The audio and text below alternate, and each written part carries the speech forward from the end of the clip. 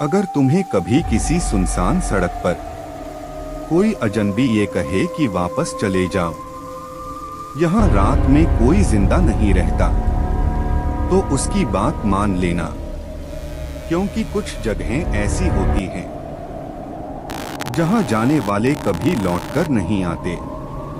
अर्जुन पिछले 8 साल से शहर में रह रहा था, दिल्ली की भीड़ में, लेकिन अंदर से पूरी तरह अकेला। उसकी जिंदगी बस ऑफिस, कमरा और खामोशी तक सिमट गई थी। उसके कमरे में एक बिस्तर था, एक लैपटॉप और एक पुरानी फोटो।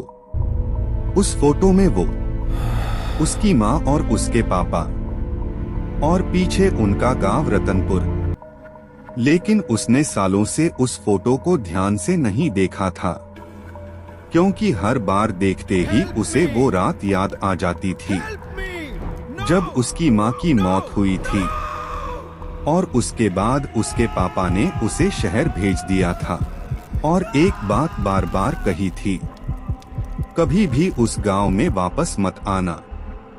एक रात करीब 11 बजे उसका फोन बजता है। स्क्रीन पर नाम आता है, चाचा जी। अर्जुन कॉल उठाता है, हेलो। लेकिन दूसरी तरफ कुछ सेकंड तक सन्नाटा रहता है। फिर एक टूटी हुई आवाज आती है, अर्जुन, तेरे पापा अब नहीं रहे। फोन कट जाता है और उसी पल जैसे अर्जुन की दुनिया रुक जाती है। लेकिन आंसू नहीं आते, बस दिल के अंदर एक अजीब सा डर बैठ जाता है, क्योंकि उसे याद आता है पापा ने उसे उस गांव से दूर क्यों रखा था। अगले दिन अर्जुन गांव के लिए निकलता है। जैसे जैसे वो शहर से दूर जाता है, मोबाइल नेटवर्क गायब होने लगता है, सड़कें सुनसान हो जाती हैं और रात के करीब 9 बजे बस अचानक रुक जाती है। ड्राइवर कहता है, आगे नहीं जाऊंगा। अर्जुन पूछता है, क्यों? तो वो धीरे से कहता है, उस गांव के बाद कोई वापस नहीं आता। अर्जुन इस बात को मजाक समझकर बस से उतर जाता है और बस तुरंत वहां से चली जाती है। चारों तरफ अंधेरा, हल्की बारिश और ठंडी हवा। सड़क पर सिर्फ अर्जुन है और उसके कदमों की आवाज। कुछ दूर चलने के बाद उसे दूर एक आदमी दिखाई देता है।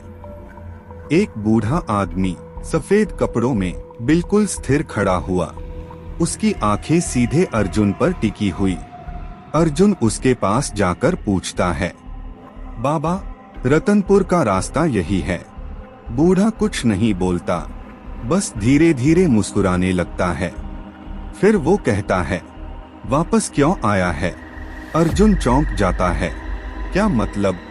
बूढ़ा उसके करीब आकर धीरे से कहता है, यहाँ रात में कोई जिंदा नहीं रहता। उसकी आवाज अजीब थी, जैसे कई लोग एक साथ बोल रहे हों। अर्जुन घबराता है, लेकिन खुद को संभालकर आगे बढ़ जाता है। कुछ ही कदम चलने के बाद उसे एहसास होता है, कोई उसके पीछे चल रहा है। वो रुकता है, पीछे मुड़कर देखता है, कोई नहीं। लेकिन जैसे ही वो फिर चलता है, उसे अपने पीछे कदमों की आवाज सुनाई देती है। वो फिर मुड़ता है, फिर भी कोई नहीं।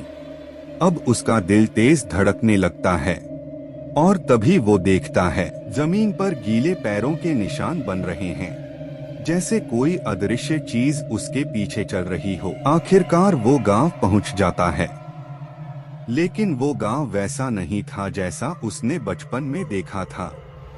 पूरा गांव अंधेरे में डूबा हुआ, कोई रोशनी नहीं, कोई आवाज नहीं। घर टूटे हुए, दरवाजे खुले हुए, जैसे कोई बहुत बड़ी तबाही आई हो। अर्जुन अपने घर के सामने पहुंचता है। दरवाजा अपने आप धीरे धीरे खुल जाता है। अंदर घुप अंधेरा, हवा में सड़ांध, दीवारों पर खून के निशान, टूटा हुआ फर्नीचर और एक अजीब सी खामोशी। तभी उसे अंदर से रोने की आवाज आती है। वो धीरे धीरे उस कमरे की तरफ बढ़ता है, दरवाजा खोलता है और जो वो देखता है उसका खून जम जाता है। कमरे के अंदर उसकी माँ बैठी होती है, बाल खुले हुए, चेहरा झुका हुआ, धीरे धीरे रो रही है। अर्जुन कांपती आवाज में बोलता है, माँ। और जैसे ही वो चेहरा उठाती है, अर्जुन पीछे हट जाता है, क्योंकि उसकी माँ की आंखें पूरी काली थीं, चेहरा जला हुआ और होठों पर एक अजीब सी मुस्कान। वो कहती है, तू आ गया, हमें पता था तू जरूर आएगा। अर्जुन डर के मारे पीछे हटता है। तभी अचानक घर के हर कोने से आवाजें आने लगती हैं और धीरे धीरे गांव के लोग अंदर आने लगते हैं। वो सभी लोग जिन्हें अर्जुन बचपन से जानता था, लेकिन अब वो इंसान नहीं थे। उनकी आंखें काली थीं, चेहरे सड़े हुए, शरीर टूटे हुए, और सब एक साथ बोलते हैं, अब तू भी यहीं रहेगा।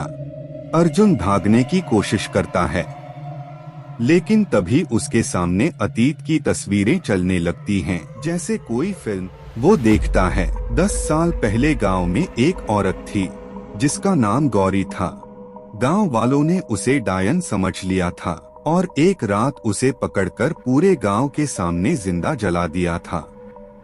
गौरी आग में जलते हुए चिल्ला रही थी, मैं सबको अपने साथ ले जाऊंगी। और उसी रात कुछ ऐसा हुआ जिससे पूरा गांव खत्म हो गया, कोई नहीं बचा। अर्जुन समझ जाता है, ये गांव अब जिंदा नहीं है, ये एक श्राप है, एक जाल है जहां हर रात सब मरते हैं और फिर उसी रात में वापस आ जाते हैं। तभी उसके सामने उसके पापा की आत्मा आती है। वो कहते हैं, मैंने तुझे बचाने के लिए लेकिन तू खुद वापस आ गया। रात के 12 बजते हैं और सब कुछ बदल जाता है। गांव जिंदा हो जाता है, लेकिन और भी खतरनाक रूप में।